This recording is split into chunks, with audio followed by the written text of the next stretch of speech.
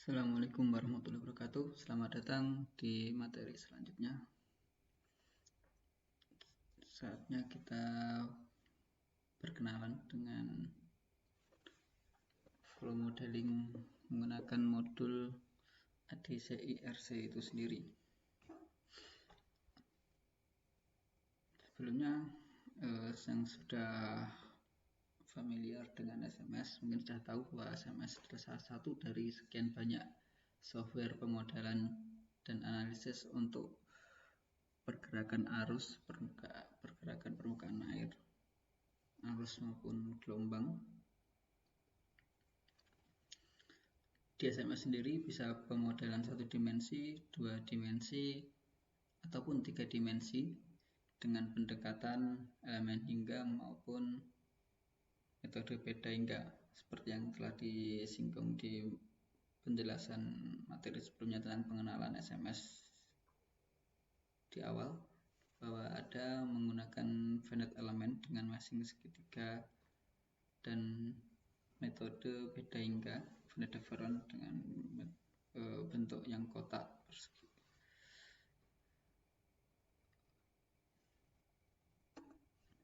Ya, untuk di SMS sendiri ada 1 dimensi itu untuk model Heikras, ada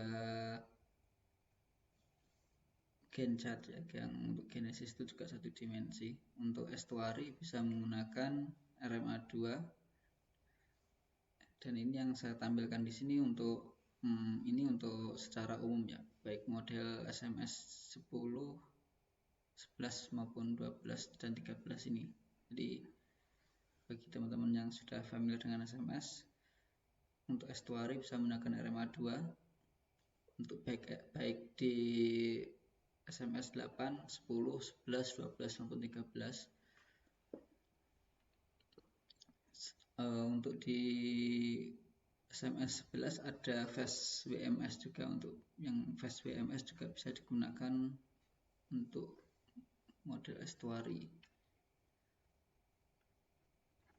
Kemudian untuk 3 dimensi sendiri, ini untuk di SMS sendiri di RMA 10 itu RMA 10 berada di SMS 10 ya, di SMS 10.0 terdapat RMA 10. Kemudian untuk yang CH3D ini ada di software SMS 8, yang di versi setelahnya sudah tidak ada.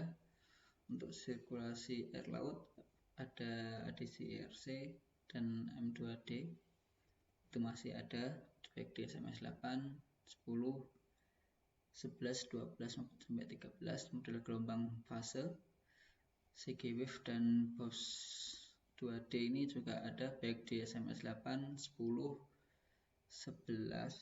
12 dan 13. Untuk yang non fase ST Wave dan CMS, baik yang CMS Wave ya utamanya, ini ada di SMS 8, 10, 11, 12 sampai 13 masih ada.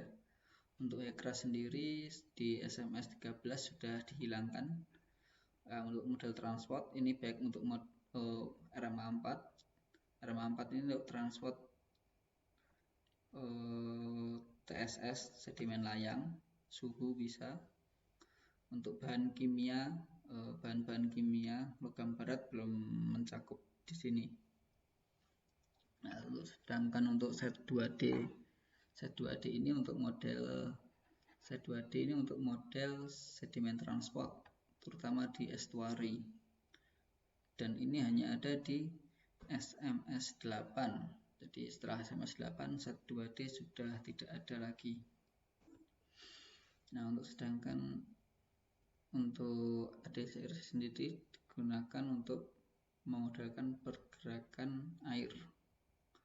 Jadi di beberapa jurnal teman-teman nanti bisa ketemu, atau di punyanya SMS sendiri, di reportnya SMS, ADCIRC bisa digunakan untuk pemodelan run up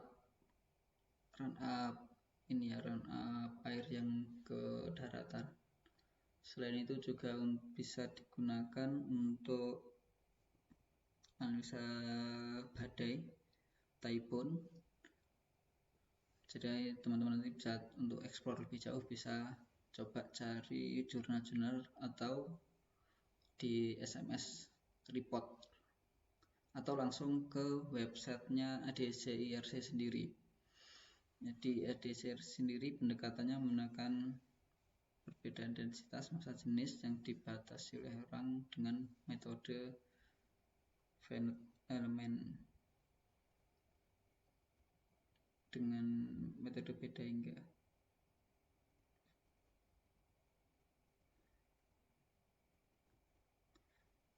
Untuk ADCIRC sendiri, pemodelan pasang surut dan sirkulasi air baik disebabkan oleh angin atau pasang surut murni ya, pasang surut murni arusnya nanti, kemudian badai dan banjir, bisa untuk pengurukan perairan, transport material sedimen, untuk modelkan bangunan pantai, efek dari pembangunan growing, breakwater dan sebagainya. Namun dengan nanti ada asumsi-asumsi sendiri. Pemodelan pergerakan dan genangan gelombang tsunami juga dapat dimodelkan dengan ADCIRC. Untuk advance user sudah bisa sampai jauh sampai situ. Nah, ini untuk boundary batasnya, inputan model nanti. Yang utama adalah kondisi batimetrinya, kemudian kondisi pasang surut, kondisi pantai, dan kondisi dasar perairan itu sendiri. Yang bisa selain itu untuk opsional bisa dimasukkan, bisa tidak, pengaruh angin dan pengaruh tekanan udara serta pengaruh gelombang.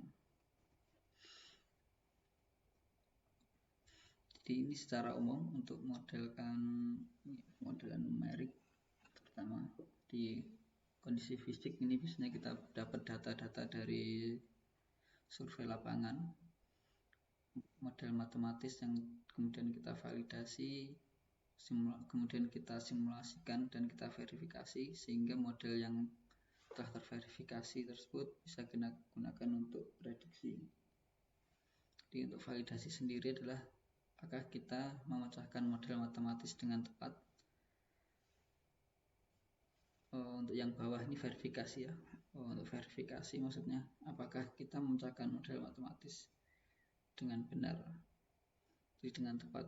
Model matematis dengan tepat ini maksudnya dalam pembuatan asumsi-asumsi, karena model matematisnya dibatasi, asumsi yang kita gunakan di model apakah sudah tepat, misal prognosnya, kemudian pemilihan boundary batas luarnya, kemudian misal ada sungai, bagaimana kita memodelkan untuk input sungainya itu. Kemudian verifikasi ini yang kedua adalah verifikasi. Verifikasi ini adalah kita bandingkan output dari model dengan hasil pengamatan lapangan.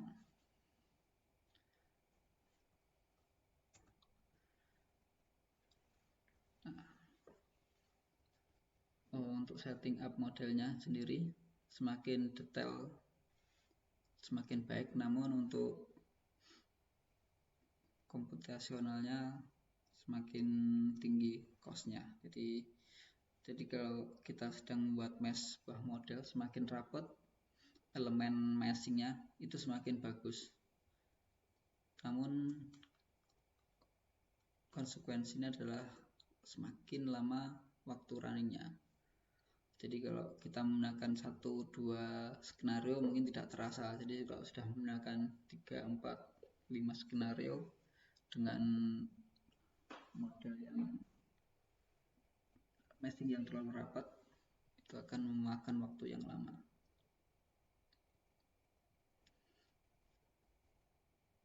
Nah, ini juga tipsnya, gunakan sebanyak mungkin elemen segi 4. Jadi untuk finite element, meskipun nanti ada segi 3 dan segi 4, untuk disarankan menggunakan elemen segi 4 yang banyak. Dan itu nanti kita bisa rubah-rubah di pembuatan meshingnya. Kemudian untuk perubahan elemen, nah ini terutama perubahan elemen dari segi 3 ke segi 4 segi 4 ke segi 3 itu juga berpengaruh. Jadi kalau nanti kita praktekkan, kita bisa lihat di mesh quality-nya.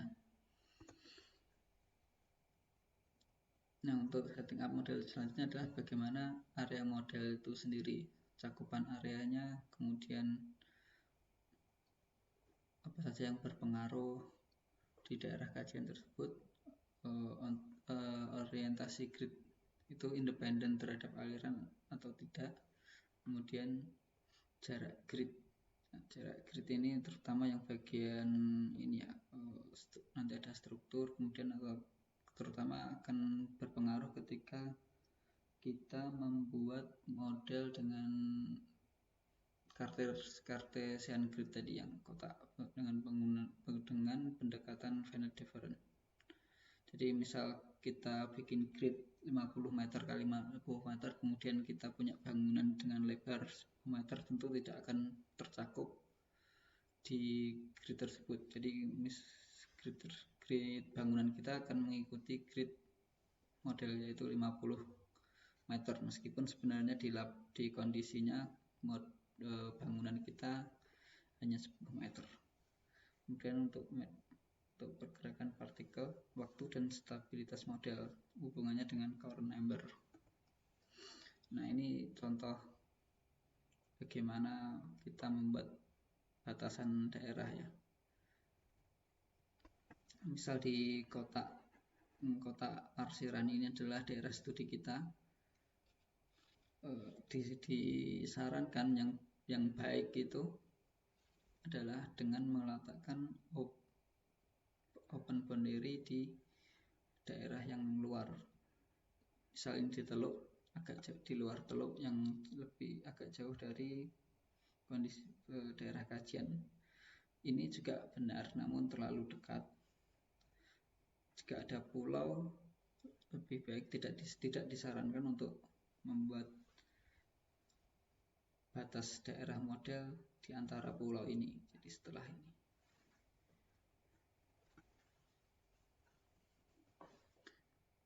Nah, seperti ini contohnya untuk daerah studi di daerah yang merah.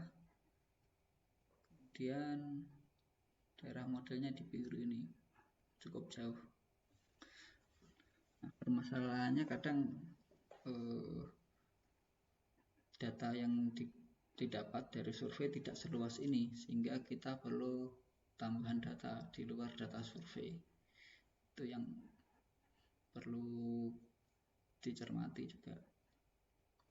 Jadi biasanya mungkin survei primer kita hanya di area merah ini, tapi tidak disarankan untuk kita membuat model dengan batasan hanya di area merah ini. Disarankan untuk membuat batasan modelnya agak jauh dari area kajian tersebut.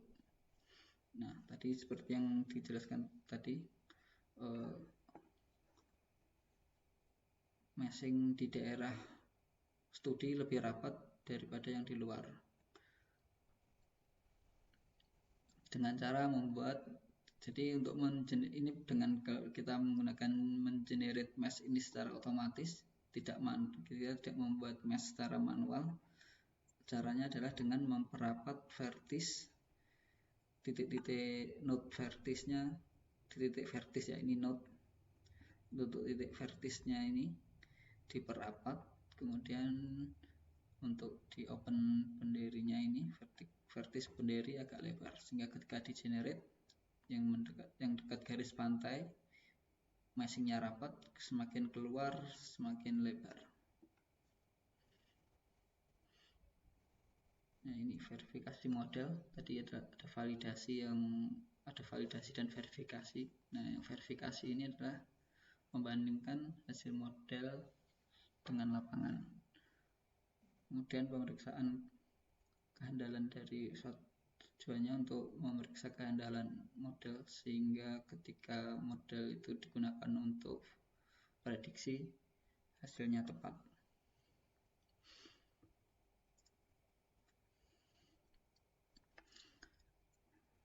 Nah, ini verifikasinya. Verifikasi untuk model arus biasanya adalah pasang surut dan arus itu sendiri.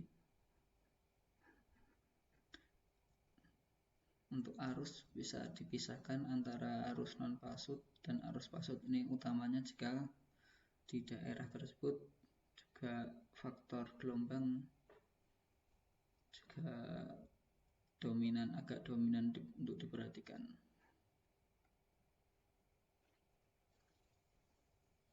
Nah, permasalahannya adalah kemudian apakah ketika kita survei pasut di sini, kemudian kita membuat